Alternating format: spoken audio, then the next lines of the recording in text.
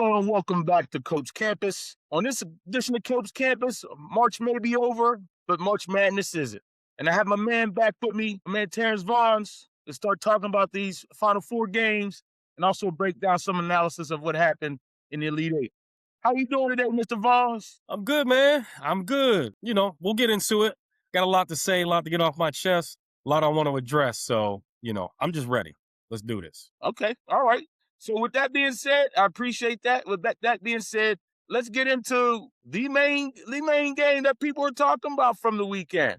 Let's get into the UConn Huskies beating your Duke Blue Devils 73-72 on a last-second shot from almost half court by my man Braylon Mullins. I told you the other day I wasn't going to dig the knife deeper in the way that our friends do whenever we lose, when our teams lose. And I'm not going to do that. I can't do that, man. I'm at my old age, I start to get a heart, man. I'm starting to get a heart. So I can't do that. But I need to know, fella, from your perspective, you're the ultimate Duke guy that I know in my life. What happened, fella? I thought they had a very good game plan, meaning Duke coming out in the first half. There's really one guy that was scoring on the inside there. And, he was pretty athletic, getting his shot off inside the paint.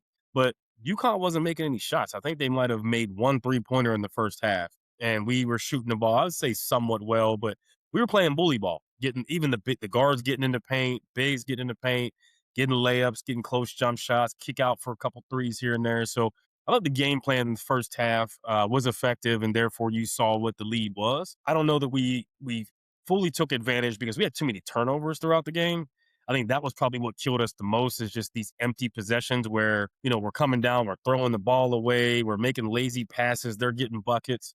And then they started making some shots, which you would expect any team at that point to start to do. So, game plan was, I'd say, solid. I would give it, a B. I think the second half, we just, we stopped being the aggressor and they got some momentum on their side, hit a couple shots, got a couple easy layups, easy buckets, and, they were off to the races. And we still should have won that game. So, before I get into really what I want to say, I'll pause there and give you some space to add any commentary in there based on what I said. Go ahead. No, go ahead. I'm listening. All right. So for me, the end of the game was, I'd say, disappointing. It felt a lot like last year when Duke was up on Houston. You feel like they're going to get ready to run away with it. They're the better team. And then we just start making mental mistakes and dumb mistakes. And even down to, that last turnover with Caden Boozer, you inbound with a guy who's shooting in the 54%, something like that, free throws. So you get him out of the way, which I was like, okay, he's out of the play and let's see if he makes a good decision. You get it to Cam, right? He kicks it back and I'm screaming like, no, get out of his hands. And he gets it to Caden, who's shooting 81%. So in my mind, I'm like, he's got it. He's going to hold it here. Worst case scenario, he makes one or two, right? He's not going to miss both. But when he threw it, it was just a moment of like horror. He threw it and I saw the ball get tipped and I'm like, here we go. And as soon as they got that ball, I'm like, all bets are off at that point, right? Like, again, they had the momentum. Guy hit a tough shot. I give the credit to the kid. Mullins, he's a freshman. Wasn't really killing all game. Made a couple, I think mid-range jump shots, but he took it with confidence and he made it. And we didn't have a hand up, right? Small minor mistake, but in that scope of the game, you got to be ready to go. And it was a tough loss. I think that was because we should have won that game and we were in position to win that game all game until the very end. And again, similar to last year. Yeah, my takeaway from the game is that Duke can beat any team as we know on any given night. They can make 99% of the teams in college look crazy for a game. And they made UConn look crazy for a half. And then, second half came around. Like you said, they let him creep back in. But I still thought you guys had it. I'm not going to lie. With 2 minutes left, I was watching the game and I said, UConn got to be 100%. And they start missing free throws. They missed a 1-on-1. Yep. They missed 3 out of their next 5. And I said, you can't win this way. But then things aligned. The guy missed the first free throw because if the guy doesn't miss the first free throw and he makes both of them, now they're down 1 and they're not trapping, right? I think they're trying to foul you right now so they can try to get some more time back so they can get the ball back. But I believe that the basketball gods, for some reason, have done y'all dirty the last 2 years. And as much as I enjoy it, oh, I enjoy it. Yeah. I just couldn't hit you up, man, because I already knew what our friends were doing. I knew our friends were already messaging you because they were messaging me. Hey, you get out of here. Like, nah, man. I already know. But it was a Mhm. great game. I think at the end it was marred a little bit by Dan Hurley and his antics at the end, which Mhm. I'm sorry, man. I don't care what anybody say. I'd have teed him up, man. I'd teed him up. Like you coach your players to have poise in those situations, but yet you didn't have the poise. But the ref didn't have the guts to tee him up. There's no way you're going forehead to forehead and you don't get teed up. Now, that's not the reason why they lost. So now I'm going to piggyback off of this because this is your team. You're probably going to have about what 4 or 5 people leave, at least 6 people leave. I know you got some big dogs coming in next year. Do you think you guys will be in the top 2 or top 3 next year in preseason and for number one, like in the top 2 or 3? Yeah, I think Duke's recruiting class is going to be strong again. There's a kid on the team that was supposed to play this year, Sebastian Wilkins, that actually redshirted. He's a power forward. So we'll see what we get from him. We got Cam Williams coming. I want to say he's the number 3 player in the country, big guy, who will provide some of that depth, once Cam leaves. I think you'll see Foster come back. You'll see Caden Boozer come back. You'll see potentially Dame Sarr, and I call him G, but Hemania, he'll come back. I think Hemania might be one of those transfer risks. Darren Harris will be out, but Darren Rippey Jr., watch him. That's the name to He played in the watch. All-American game. Yeah, Okay, yeah. He played in the All-American game, and you might have seen some of his highlights from the dunk contest, but I did. he really reminds me of like a D Rose, Okay, like a Russell very Westbrook, like explosive. explosive guard. Yeah, and we haven't had one of those at the point guard spot for a while. And I think, with having potentially 3 point guards on the team next year, you could potentially move Foster over to the 2 a little bit more. Because when he came in, he was a shooter. Yeah. Many may not know that because he wasn't, as highly touted as some of the other guys we had on our team. But Hmm.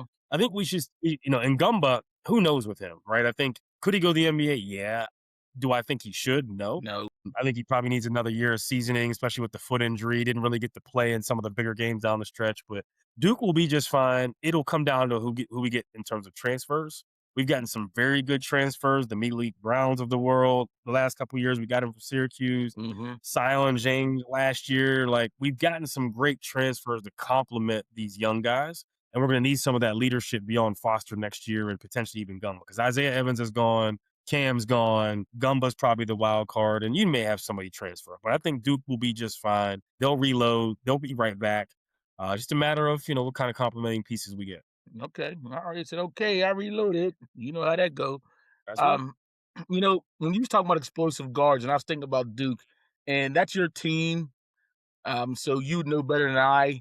But when you said like the Derrick Rose type, I think the last one that comes off the top of my head at Duke that was explosive like that was probably Jay Williams.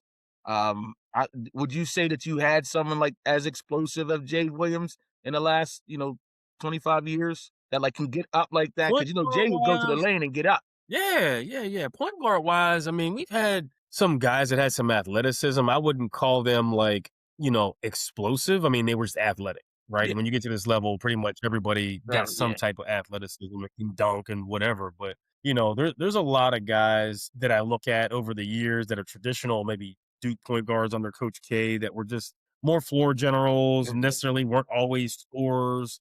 Daniel Hewings of the world, James Avery, back in the day, number yeah, 5, like, none of those guys were crazy. Even the Tyus Jones, yeah, they were not crazy explosive, but they were floor generals, yeah, and they could get to the lane, dish, make the open shots, kind of like how Foster plays. So yeah, I think this will be something different for Duke. I'm curious to see how Shire uses him in the fold, but not having we'll call it on the surface a dominant like Cam Boozer down low big guy. hmm, That you can just throw the ball into. It'll be interesting. We're gonna need some shooters too. So the transfer portal will make the difference, I think, for a lot of teams actually, not just Duke. yeah. You're right. Hopefully it makes a difference for one of my mini teams, but my main team, the Pitt Panthers.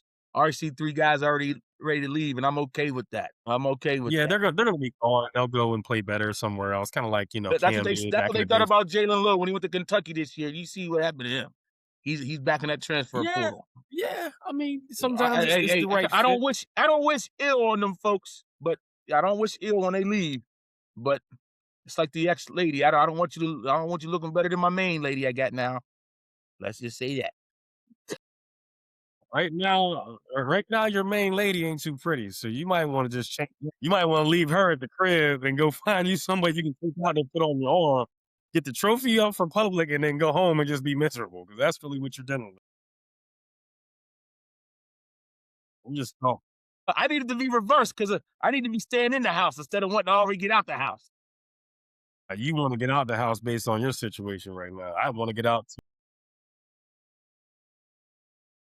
The rest of the games in the Elite Eight Yeah, really yeah. didn't impress me.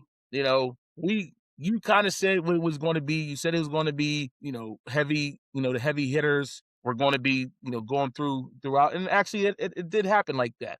UConn's a heavy hitter. They just won 2 out of the last 3 championships. So Arizona ran through your Purdue boys. Ain't my boy. I know. Hey, you got a lot of flack on the net for saying from people from Purdue or from Indiana or went to Purdue or Purdue fans saying he don't know what he's talking about. Well, at the end of the day, they did exactly what you said they was going to do. They didn't make too Yeah, much noise. Elite Eight was okay. They're number 2 team. yeah. They was number 2 seed, so okay. But Right, right. Arizona's too tough for them. My Tennessee Volunteers, they was no match for Michigan this year. That's understandable. Illinois in the battle of the Big Ten, Illinois beating Iowa. So now we got the Final Four.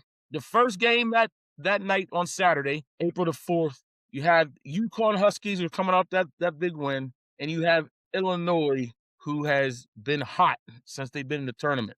What do you see out of this game and who you got? I think UConn beating Duke gives them the edge that they probably needed to go beat a really good team that others felt would be in the midst of the national championship race. I don't know that anybody probably put UConn on a pedestal this year, maybe like the last couple years when they had a lot more of them big draft picks and guys that you knew and recognized. I think this is the year that they probably fell on the radar the most out of the last, Hurley couple years that they've had runs. That went over Duke, I think, is going to propel them into the national champ.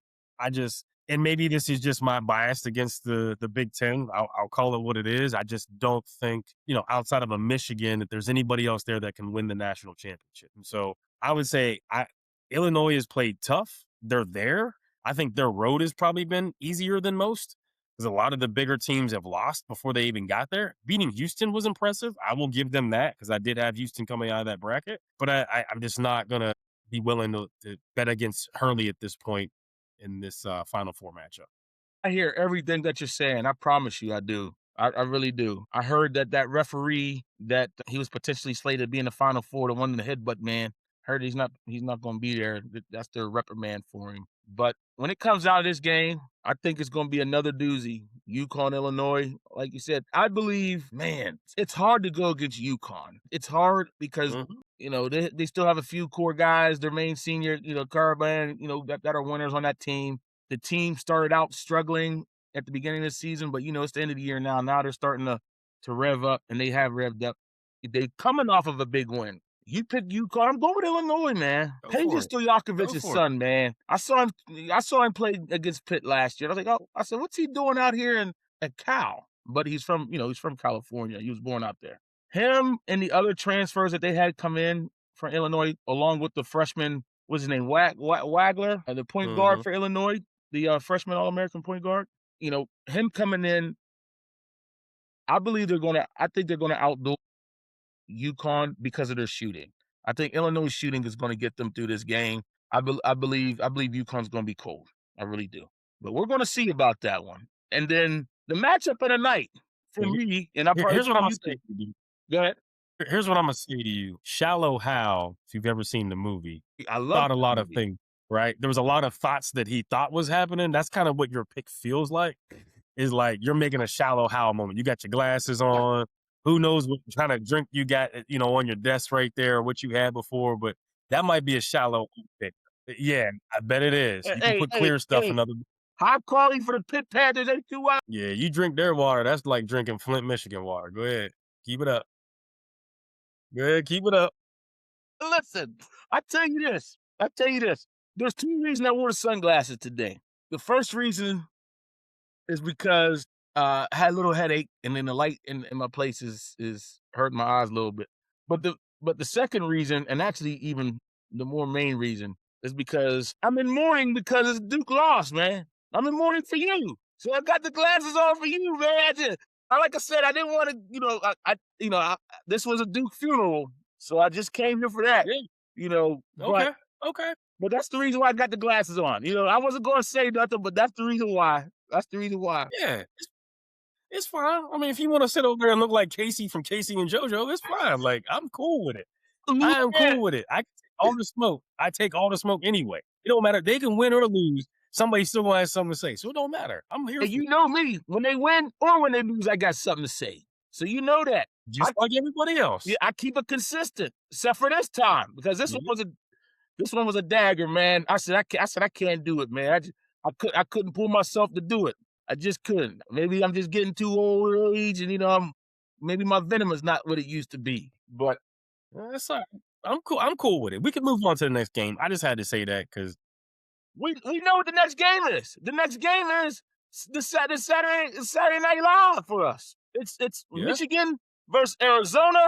This for me is actually the national championship game because I believe the team that wins this, and I'll get more into it afterwards. But I believe the person that wins this game, the team that's going to win this game, is going to win it all.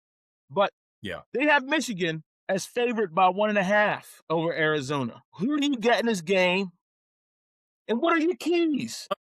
I picked Arizona from the beginning in my bracket to beat Michigan in this spot in the Final Four. I too thought whoever comes out of this game potentially could be a national champion, hence why I had them going this far. But I think Arizona just wire to wire has been one of the most complete teams all year. And it's nothing to take away from Michigan because they've been one of those teams as well. Their bigs have been effective. I think we've talked about in the past, like they lost a little bit of shooting. Cadeau, for whatever reason, and this is my bias towards him. He's never beat Duke, but he's got something going on where he got sick or something. So there was some kind of report out there about him. He got allergic. He had an allergic reaction. Yeah, it's called stage fright.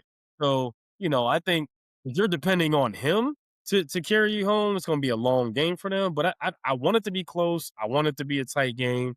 I don't care if it's a buzzer beater or it comes down to the wire. I still think Arizona's going to win this game. But Michigan, they're going to be a tough out, man. They're not easy to beat. They've got the old legacy players rooting for them. Jalen's on TV talking about them. I'm sure Weber's out there talking about them. Their fans will be ready, but I just think Arizona's going to be too tough for them this year. And I think Arizona, coming out of that, they win this game and they become the eventual national champion. All right, that's what I like to hear. Both of these teams are my teams, as we know. They're not your team. Both these teams. Just because you pick them on a bracket, don't make them your team. But go ahead. So, I knew this was going to happen. Shout out to my man Jeffrey. He's going to be upset with me. My man Jeffrey, the Michigan man. He flew to Chicago to go watch them, in the Sweet 16 and the Elite Eight, and he actually kept it respectfully.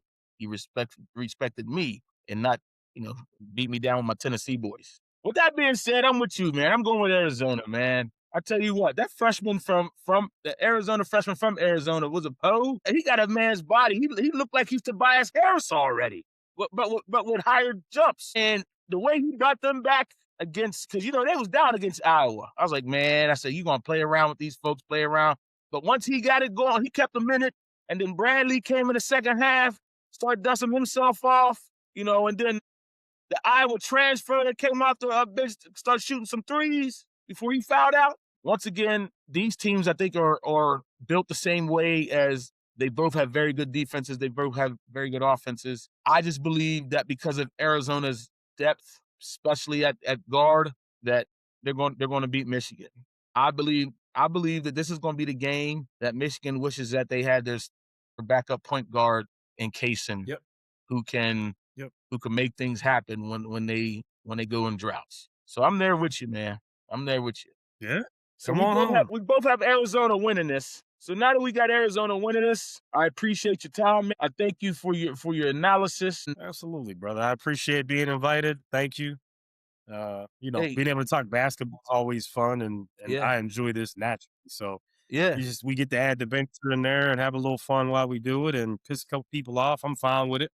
If hey, I got to be the mad dog of the show, or I got to be the Chandler Sharp without all the other stuff going on, I'm cool with that too. So you know, I'll take all the smoke. Ain't no Stephen A. over here. Ain't no Stephen O. I'm Ryan Clark. I'm Ryan Clark. I'm just trying to move my seat up to look important. You know what I hey, mean? man. Hey, listen, I'm just a producer behind the screen, fella. I'm just, hey, I'm the one getting yelled at. That's all that is. And that's it for this edition of Coach Campus. Stay tuned. Yo,